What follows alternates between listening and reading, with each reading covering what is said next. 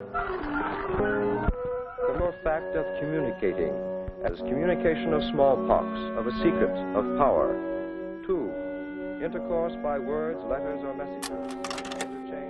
The herd, the instincts of the crowd organism. I've been thinking about this here and there a little bit, especially in the last couple of months. And it occurs to me, the problem with society, what is it? What is it about what's happening in society that it just seems so ugly in of itself, you know? And I realize that it's not a problem of individuals. It's not that as individuals we're stupid. It's not that there's too many stupid people. You know, there's actually a lot of pretty smart people out there, and, you know, a few who are not. But when you don't look where you're going, you can really get hurt, like Jimmy did. It's a good thing we aren't all like Jimmy, isn't it? Our society has courtesy and respect for those people, special considerations for what their situation might be. And by and large, I think we have a very informed and literate and capable society. A lot of people in society have these positive tendencies, right? Especially compared to the way society was. But nonetheless, you know, it's well known that the individual person can think rationally. They can respond to rational discussion, rational thought. They can think things through if they choose to. And maybe even some small units, families, groups of friends, maybe even a board of directors can still think rationally and approach things in a thought-out sort of way. But with just a few more people, that becomes, in many ways, no longer possible. Once you get to the point of having a crowd, well, thinking is out the window. There's nothing rational at all happening in a crowd. In a crowd, it's all swept away, and if it's driven by anything, it's emotions. There's almost an inability to think. Not of the individual people in that crowd. They remain just as intelligent and capable as they otherwise were. But in their participation with that group, in that crowd energy, it's something else altogether. And no matter how many intelligent, individual, thoughtful people you have in that crowd, that is not what's driving decisions. There's almost an inability to think at all.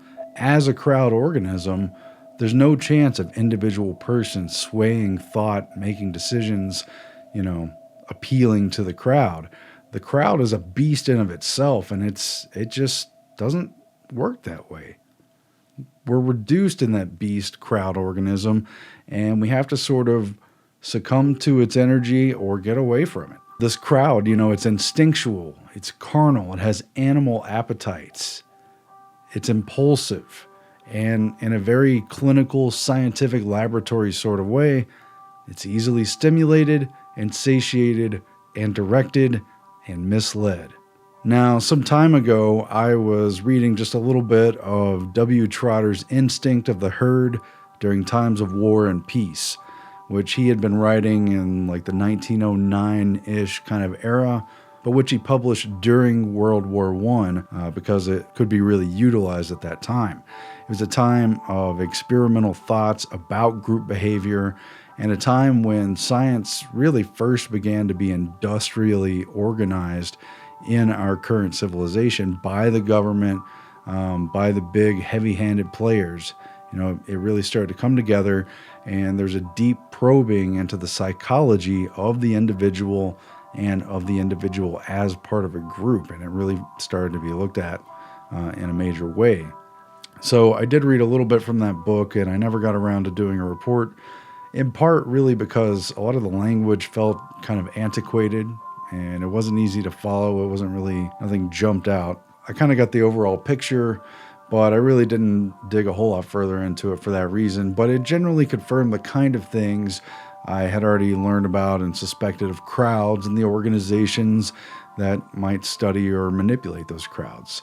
I walked away in conjunction thinking about some other facts in our research, cybernetics especially, and it occurred to me that in a herd of animals, in a herd of people, you could have one individual animal standing apart from the crowd, you know, but within earshot of them, maybe in an advantageous position on top of a hill, and shout at them and try to appeal to them, and yet they might never be heard by them. much less listened to. And the idea started to occur to me that with the syncing of the signal that takes place electromagnetically and otherwise, there was a real tendency to get in sync with the rest of the crowd and sort of yield and submit to the desires of the mass assembly of things.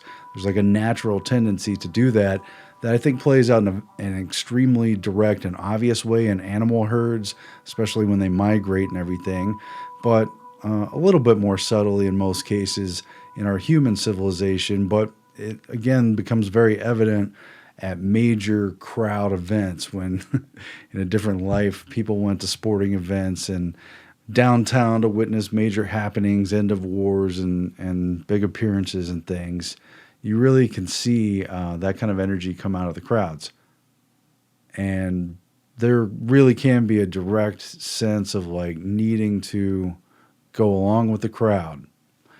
And all things being equal, the concept of entropy, an information theory concept, and entropy tells us that in a world of chaos, it's overall somewhat unexpected to see things carefully organized and fall into place. But once they tend towards that direction, a sort of negative entropy, where you get repeated common possibilities, where things settle into greater and greater levels of organization and things get very typical and expected, things that are not spontaneous get kind of reduced, and it's like a redundant bit of information.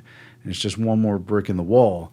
And perhaps in a communication sense, these repeated messages, so many of the same, they get very boring. And in theory, something new, something eccentric, a free radical of information, if you will, floating around and refusing to be conformed and put into place might be, or seems like it should be, something that really stands out and would naturally grab people's attention because it's different and atypical. And in that way, something unusual, something that really hasn't been explored yet, hasn't been said yet, kind of has a natural value. It's a treasure after a while.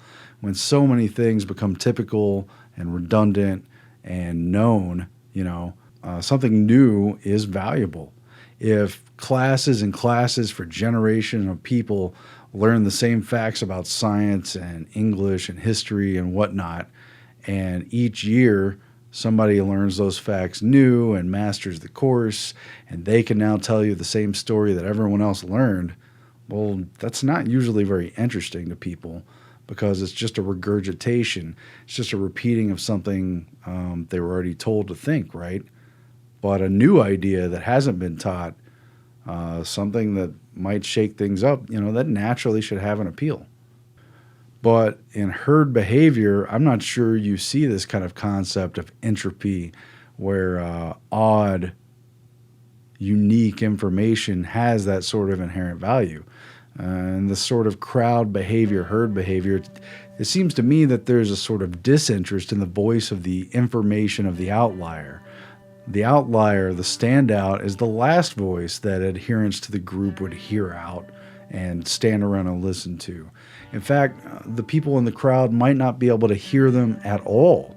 And as such, these outlying voices with such a different and incongruous signal from the dominant sort of sync hive, it's almost like they're not there at all. There's that loud humming from the reinforced center of this crowd that begins to establish itself and create its own sort of gravitational energy that pulls people more and more into the redundancy of that message at the expense of anything unique and interesting to say.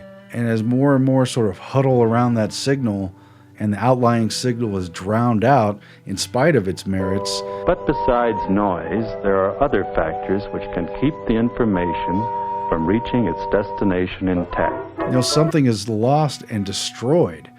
Not the merits of that conversation, but of the crowd's ability to consider the background and conditioning of the receiving apparatus may so differ from that of the transmitter that it may be impossible for the receiver to pick up the signals without distortion. Such an idea from an outlier would be very, very difficult for a well-attended crowd machine to hear, much less listen to almost at all. I mean, metaphorically, but almost maybe literally, with the way the electromagnetic signals work. The current flows, it ceases to flow, it flows. As flowing as the human movements may seem, they are actually the product of these countless yes-no decisions communicated with great speed to and from all parts of the body. The channel is the nervous system. Each nerve is... At any rate, more recently when I started thinking about doing this as a report, I was flipping through Gustave Le Bon's The Crowd, a study of the popular mind. And it was published in 1895, which makes it even a little bit older than the Joseph Trotter Hurd book from the early 1900s. But the language, at least to me, felt a lot more modern and direct and on point here. And so I kind of started putting down the Trotter book and picking up the Crowd book, Gustave Le Bon, because it's so relatable. And this book really speaks directly to the idea of what's happening here, the crowd problem that we have, even as it has been recombined and showed in new forms digitally and been transformed through technology and with respect to the media. The central idea to the crowd, I think, is that it is an organism, its own organism, that forms and is sustained, in my opinion at least, under a media signal.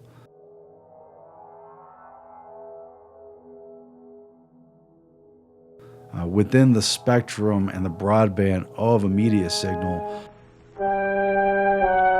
When we watch them turning and wheeling, how often have we wondered what holds such birds together in their flight? Communication is that which links any organism together. It is communication that keeps a society together. And though these people seem unaware of each other's existence, neither looking nor speaking, one group meets and filters through the other, with hardly two individuals coming in contact.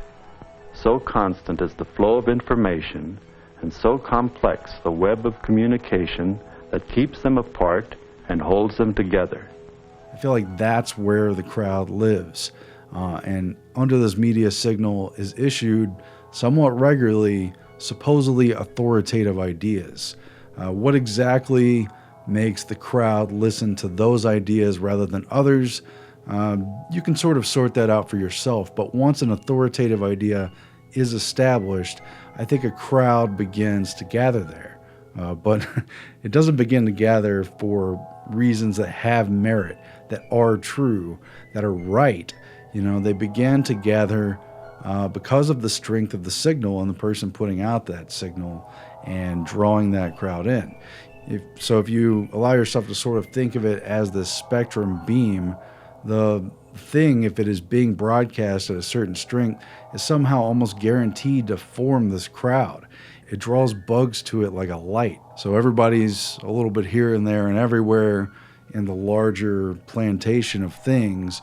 But when that signal is turned on, when the night light goes in, bugs are just drawn to it and they congregate, and then there's a mass there and they start to feed off the same energy, and, well, that's the crowd thing that I'm talking about. At any rate, Joe Joseph from the Freedom Link, he was the one who originally recommended to me Gustave Le Bon's The Crowd, and with good reason. So here's just a couple passages from that. And the point in the book is reiterated over and over and over again, so you're going to get the point, and I don't think I have to read a huge volume of it to get that across. It applies differently, maybe to different points of time and different situations, but you can recognize it in the context of the present if that's where your focus is applied. So coming in from Chapter 1, Book 1, The Mind of Crowds, he opens with what he identifies as general characteristics of crowds, psychological law, and their mental unity. What constitutes a crowd from the psychological point of view, a numerically strong agglomeration of individuals, does not suffice to form a crowd. Special characteristics of psychological crowds, the turning in a fixed direction of the ideas and the sentiments of individuals composing such a crowd, and the disappearance of their personality. The crowd is always dominated by considerations of which it is unconscious, the disappearance of brain activity and the predominance of medullary activity, the lowering of the intelligence and the complete transformation of the sentiments, The transformed sentiments may be better or worse than those of the individuals of which the crowd is composed. A crowd is as easily heroic as criminal. But the point is that there's a disappearance of their individual personalities.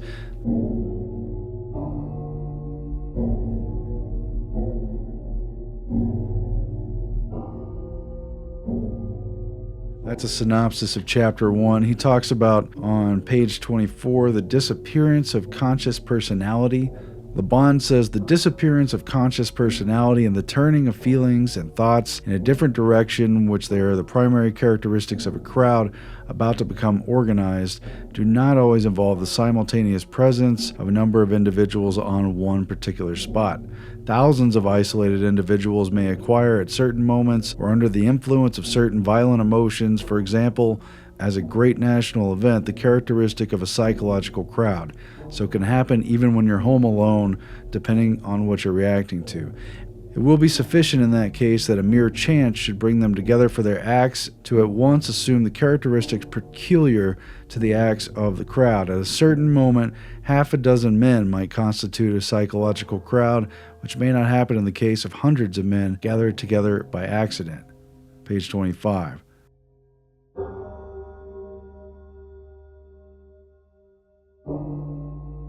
Page 27. The most striking peculiarity presented by a psychological crowd is the following. Whoever be the individuals that compose it, however like or unlike their modes of life, occupations, character, intelligence, the fact that they have been transformed into a crowd puts them in possession of a sort of collective mind which makes them feel, think, and act in a manner quite different from that in which each individual of them would feel, think, and act were he in a state of isolation. There are certain ideas and feelings which do not come into being or do not transform themselves into acts except in the case of individuals forming a crowd. The psychological crowd is a provisional being formed of heterogeneous elements which for a moment are combined exactly as the cells which constitute a living body that are formed by the reunion of a new being which displays characteristics very different from those possessed of each of the cells singly. So they're saying the crowd comes together exactly like a body. Page 29. It is precisely these general qualities of character governed by forces of which we are unconscious and possessed by the majority of the normal individuals. It is precisely these qualities, I say, that in crowds become common property. In the collective mind, the intellectual aptitudes of the individuals and in consequence their individuality are weakened. The unconscious qualities obtain the upper hand. This is all sort of the consequences that play out from the Carl Jung collective unconscious situation. This very fact that crowds possess in common ordinary qualities explains why they can never accomplish acts demanding a higher degree of intelligence. The decisions affecting matters of general interest come to by an assembly of men of distinction, but in specialists in different walks of life are not sensibly superior to the decisions that would be adopted by a gathering of imbeciles. So in other words, a crowd of very intelligent, highly informed people wouldn't necessarily do any better off than a gathering of imbeciles, people who couldn't seem to understand anything, because the crowd takes over their individual qualities. It doesn't necessarily combine them. The truth is, they can only bring to bear and comment on the work in hand the mediocre qualities which are the birthright of every average individual. In crowds, it is stupidity and not mother wit that is accumulated. It is not all the world, as so often repeated, that has more wit than Voltaire, but assuredly Voltaire that has more wit than all the world, if by all the world crowds are to be understood. Page 30. In a crowd, every sentiment and every act is contagious, and contagious to such a degree that an individual readily sacrifices his personal interest to the collective interest. Then there's the issue of suggestibility. To understand this phenomenon, it's necessary to bear in mind certain recent physiological discoveries. Page 31.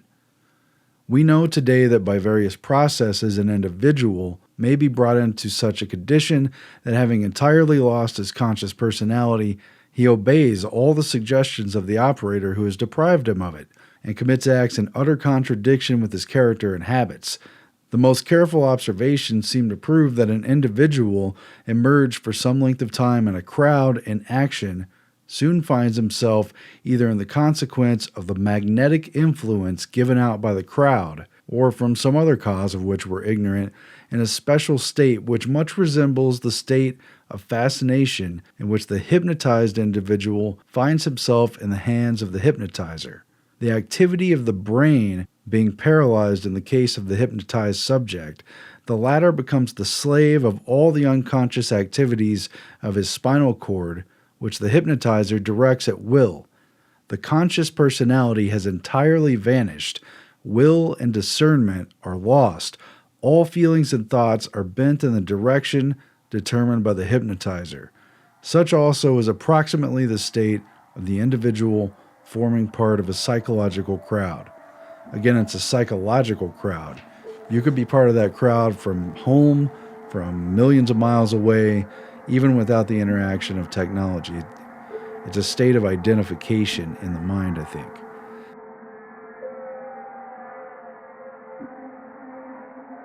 Page 32. The individualities in the crowd who might possess a personality sufficiently strong to resist the suggestion are too few in number to struggle against the current. Again, I think it's an electromagnetic current that carries the crowd, and while they're at their height, when they're in the middle of stampeding, you could not shout loudly enough to get virtually any of them to listen to a rational point that you might be trying to make. All you could do in a stampede is run with it or get out of the way so you're not trampled. Page 32. We see then that the disappearance of the conscious personality, the predominance of the unconscious personality, the turning by means of suggestion and contagion of feelings and ideas in an identical direction, the tendency immediately to transform the suggested ideas into acts. These we see are the principal characteristics of the individual forming part of a crowd. He is no longer himself, but has become an automaton who has ceased to be guided by his will. Isolated, he may be a cultivated individual. In a crowd, he's a barbarian. That is, a creature acting by instinct. An individual in the crowd is a grain of sand amid other grains of sand which the wind stirs up at will. Even before he has entirely lost his independence, his ideas and feelings have undergone a transformation, and the transformation is so profound as to change the miser into a spendthrift, a skeptic into a believer, the honest man into a criminal, etc. The conclusion to be drawn from what precedes is the crowd is always intellectually inferior to the isolated individual, but again, the crowd essentially cannot hear the isolated individual, no matter how loudly they shout and no matter how good their points are.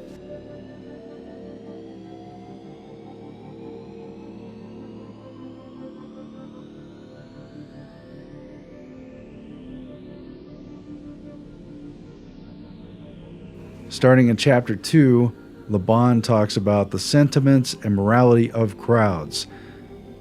And he brings up as bullet points impulsiveness, mobility, and irritability of crowds. The crowd is at the mercy of all exterior exciting causes and reflects their incessant variations. The impulses which the crowd obeys are so imperious as to annihilate the feeling of personal interest.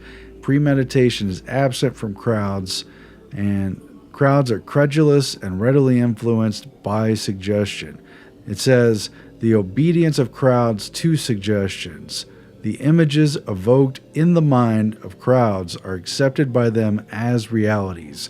The crowd beast that is comprised of various individuals in cell form, but which are in obedience to that beast, emotional sway and tendencies.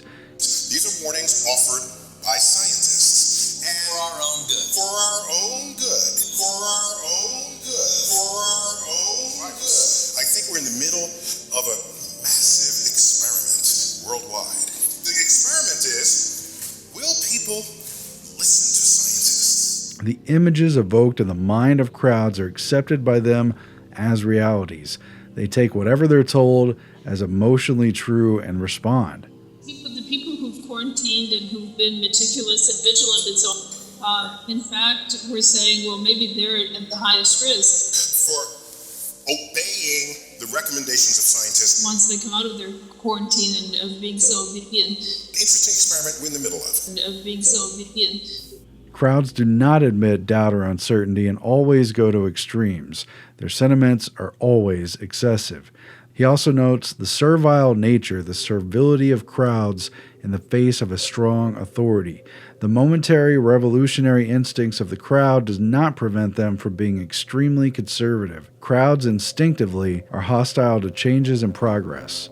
He says on page 40, in consequence, a crowd perpetually hovering on all borderland of unconsciousness, readily yielding to all suggestions, having all the violence of feeling particular to beings who cannot appeal to the influence of reason, deprived of all critical faculty, cannot otherwise be than excessively credulous. The improbable does not exist for a crowd, and it is necessary to bear this circumstance well in mind to understand how people are so out of their minds. To understand the facility of which are created and propagated the most improbable legends and stories. How do people believe the stuff that they are told and react to it the way that they do? The creation of legends, which so easily obtain circulation in crowds, is not solely the consequence of their extreme credulity. It is also the result of the prodigious perversions that events undergo in the imagination of a throng. The simplest event that comes under the observation of a crowd is soon totally transformed. A crowd thinks in images, and the image itself immediately calls up a series of other images having no logical connection with the first. We can easily conceive this state by thinking of the fantastic succession of ideas to which are sometimes led by calling up in our minds any fact. Our reason shows us the incoherence that there is in these images, but a crowd is almost blind to this truth and confuses with the real event what the deforming action of its imagination has superimposed thereon. A crowd scarcely distinguishes between the subjective and the objective. It accepts as the real the images evoked in its mind, and they most often have only a very distant relation with the observed fact. So, that's in a nutshell how you can get a group of fairly intelligent people, educated, literate, etc., living in the real world to some degree, having a decent sense of judgment, nevertheless succumb to a crowd and believe something that really doesn't make any sense logically, that is even provably false or unlikely, and yet believe it as if it's fact and as if it is the most prime directive of the group that must be responded to. They could take a mythical but exciting event and with the slightest suggestion of a reaction to it and its importance, they can go all the way.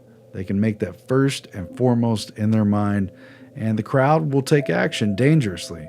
It accepts as real the images invoked in its mind. That's really the problem right there. But the crowd beast is most dangerous because it lives under illusions. It operates in that subconscious, suggestible state and doesn't even have access to reality, facts, rational thinking as the individual does. It's dangerous because it will react to the illusions as if they're true, no matter how farcical and unlikely. You've seen it. And Gustave Le Bon, he had some other famous quotes I looked up. The masses have never thirsted after truth. Whoever can supply them with illusions is easily their master. Whoever attempts to destroy their illusions is always their victim. And that's the other side of it. These people caught up in a crowd, these people who feel a belonging to a society because of the myth that is being sold, they will turn on anyone who tries to dissent against it and who tries to destroy their illusion or undermine it or point out how flimsy it is. That person becomes their victim. They turn on that person, however literally. The masses have never thirsted after truth, and whoever could supply them with illusions is easily their master. That's an unsettling thought. Crowds are influenced mainly by images produced by the judicious employment of words and formulas. There are social engineers creating these images that the crowd lives and dies by. And we've got to pierce through that restriction and understand it for what it is. Men dominated by a certitude cannot tolerate those who do not accept it, says Gustave Le Bon. One of the most constant characteristics of beliefs is their intolerance. The stronger the belief that this is what you have to do, you have to stand this many feet away, you have to wear this, the greater its intolerance. You didn't wear it. Men dominated by a certitude cannot tolerate those who do not accept it. It accepts as real the images evoked in its mind. There's a love of adherence to policies and so many things that are no more bona fide than that they are broadcast. They're not proven or vetted out or understood to be good ideas. They're just things that are said and broadcast and accepted by the crowd as truth. They're images and illusions that are sold to the wrong people for the wrong reasons. But it's that sense of belonging, the blind participation in that crowd that has come so much in this modern world to have its own draw, its own magnetic pull, and a dangerous one. You could tell in the public mind, you could see it wash across the faces of half-conscious people wearing masquerade disguises everywhere, moving their legs left before right and then repeat, waiting in lines everywhere, dutifully standing and moving to the square that they're told to move to. You could see how people are being shaped and molded into something through this, and that getting used to those reactions is part of the shaping. This news hasn't been easy to deal with. I know a lot of people have been taking it hard. I've had a few hard days over it. The news is all bad. I saw that they coined the word doom scrolling, and the solution's not immediately apparent. I understand feeling depressed about it, but I don't think it is completely total. It maybe doesn't feel like we can individually turn things around, but who's to say that's really true? I think there's a real strength in individually standing for something, especially if it's to say no in the face of everyone else automatically saying yes, or at least saying, hold on, I don't know. Stay well out there and stay independent. But there are also many examples of times when the message has been conceived and the signal sent long in advance of understanding or acceptance of the code employed. In the case of Galileo or Socrates, it did not in time matter that the receivers of their time were not tuned to receive their signal. The ultimate transmission of such a message represents communication of a very complex order.